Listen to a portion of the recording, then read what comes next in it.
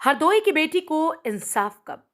उत्तर प्रदेश के हरदोई में एक बेटी के साथ हुए अन्याय ने पूरे समाज को झकझोर कर रख दिया। इस घटना को लेकर लोगों में गुस्सा और दुख लगातार बढ़ता जा रहा है। पीड़ित परिवार से मिलने के बाद यह साफ हो गया कि जो दर्द बाहर से दिखाई दे रहा था, असल में उससे कहीं ज्यादा गहरा है। पीड़ित परिवार आज भी इंसाफ की उम्मीद में दर-दर भटक रहा है। आर्थिक रूप से कमजोर होने के कारण उन्हें हर कदम पर संघर्ष करना पड़ रहा है। सबसे बड़ा सवाल यही उठ रहा है कि आखिर गरीब और कमजोर वर्ग के लोग कब तक इस तरह की नाइंसाफी का शिकार होते रहेंगे। इस मामले ने एक बार फिर समाज में मौजूद उस सोच को उजागर किया जिसमें ताकतवर लोग अपनी हैसियत का इस्तेमाल कमजोरों को दबाने के लिए करते हैं। क्या सत्ता और प्रभाव सिर्फ कमजोर पर अत्याचार करने के लिए ही है? ये सवाल अब आम जनता के बीच तेजी से उठ रहा है।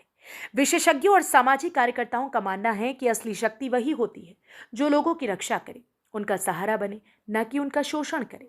लेकिन इस घटना में जिस तरह से पीड़ित परिवार को न्याय के लिए संघर्ष करना पड़ रहा है, उसने व्यवस्था पर भी सवाल खड़े कर दिए हैं।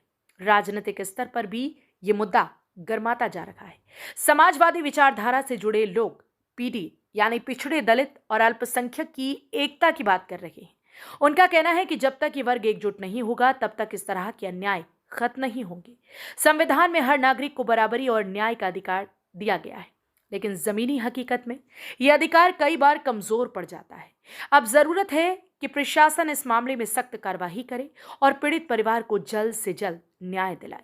यह घटना सिर्फ एक परिवार का दुख नहीं, बल्कि पूरे समाज के लिए एक बड़ा सवाल है। क्या हम सच में एक ऐसे समाज में रह रहे हैं जहां हर किसी को बराबरी और सुरक्षा मिलती है, या फिर अभी भी कमजोर को अपनी लड़ाई खुद ही लड़नी पड़ती है? अब सबकी नजर इस बात पर टिकी है कि प्रशासन कब तक कार्रवाई करता है और हरदोई की बेटी को न्याय कब मिलता है। साथियों का धन्यवाद देता हूं। मैं आज खिलवी कुशवाहा, उनके परिवार के बीच में उनसे मैं मिल आया हूं। आप लोगों के आने से पहले मुझे उनके पिता से बात सुनने को मिला, माता जी से मिला, दोनों भाइयों से मिला और परिवार के अन्य सदस्यों से बातचीत और मिलने का मुझे मौका मिला।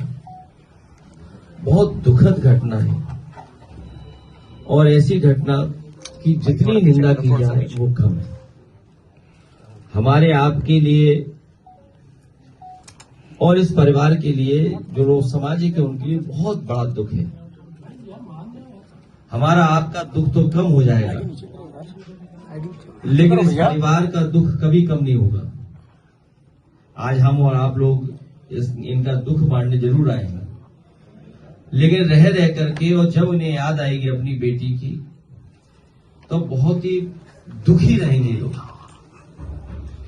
एक बेटी का जाना, और उस बेटी का जो बहुत ही होनहार थी, और जो घटना हुई है उसके लिए हम सभी दुखी हैं। भविष्य में ऐसी घटना कहीं न हो, किसी भी परिवार को ऐसा दुख देखने को न मिले, ऐसा दुख सहने को न मिले। हम इस परिवार की पूरी मदद करेंगे, कानूनी मदद करेंगे। आज हमारा डेलीगेशन और हमारे जो पार्टी के साथी हैं, हम लोगों ने सबने मिलकर के इस परिवार की 5 लाख रुपए से मदद की। पैसा कोई बहुत बड़ी चीज नहीं है, लेकिन दुख में और इस परिवार का थोड़ा देखभाल हो जाएगी, इसलिए हम मदद कर रहे हैं। और भविष्य में मैं इनको कह करके जा रहा हूं, जब भी समाजवादी सरकार बनेगी, हम इनकी और मदद करेंगे। और परिवार में अगर किसी को सरकारी नौकरी देनी पड़ेगी, तो वो भी हम लोग सरकारी नौकरी देकर के इस परिवार का सम्मान करेंगे।